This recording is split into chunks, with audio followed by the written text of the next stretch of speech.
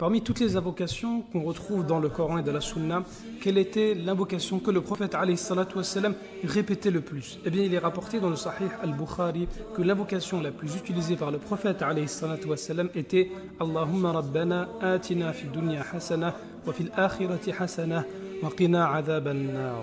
Seigneur, accorde-nous une belle part ici-bas et une belle part aussi dans l'au-delà et protège-nous du châtiment du feu. Cette invocation est la plus générale, la plus complète, car elle concerne toutes les récompenses que tu peux espérer, que ce soit ici-bas ou dans l'au-delà. Et le croyant, il invoque pour ici-bas et pour l'au-delà. Il ne fait partie d'aucun des deux extrêmes. Premier extrême, celui qui va invoquer que pour ici-bas, celui qui ne pense jamais à l'au-delà. Eh bien, qu'est-ce qui va se passer? Eh bien, il ne va rien avoir pour l'au-delà. Et ici-bas, il n'aura que ce qu'Allah Azza wa Jal voudra lui donner et ça va passer très vite. Tu ne profiteras pas assez, tu ne seras pas rassasié et viendra un jour où il n'y aura plus rien. Et justement, dans le verset juste avant celui cité par le prophète alayhi salatu wassalam, Allah Azza wa Jal nous met en garde contre ceux qui invoquent que pour ici-bas. فَمِنَ النَّاسِ مَن يَقُولُ رَبَّنَا آتِنَا فِي الدُّنْيَا وَمَا لَهُ فِي الْآخِرَةِ مِنْ خَلَاقٍ.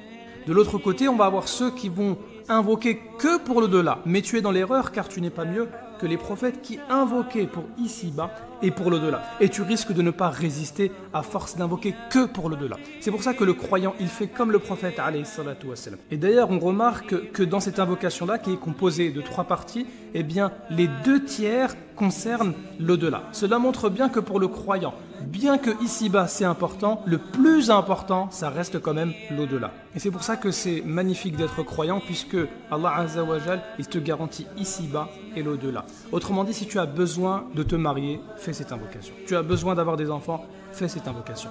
Tu as besoin d'une maison, d'une voiture, tu cherches à manger, la richesse, la santé, la sécurité, un travail, réussir tes études, fais cette invocation-là. Tu cherches la connaissance, l'intelligence, apprendre le Coran, faire des bonnes actions, fais cette invocation-là.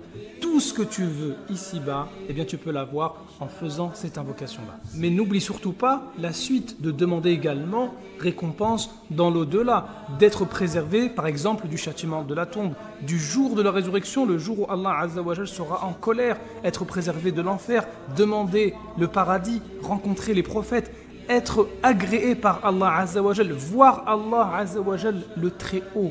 Tout ça, ça fait partie des récompenses que tu cherches dans l'au-delà. Et en faisant cette invocation-là, eh bien, tout est compris dedans. Et c'est pour ça que le prophète, alayhi salatu wassalam, il répétait souvent cette invocation-là. C'était l'invocation qu'il répétait le plus, puisqu'elle concerne tout. Tout est compris dedans. Elle est générale, elle est globale, elle concerne tout. Donc c'est pour ça que toi, je te conseille d'apprendre cette invocation-là par cœur et de la répéter très souvent, comme le faisait le prophète, alayhi salatu wassalam.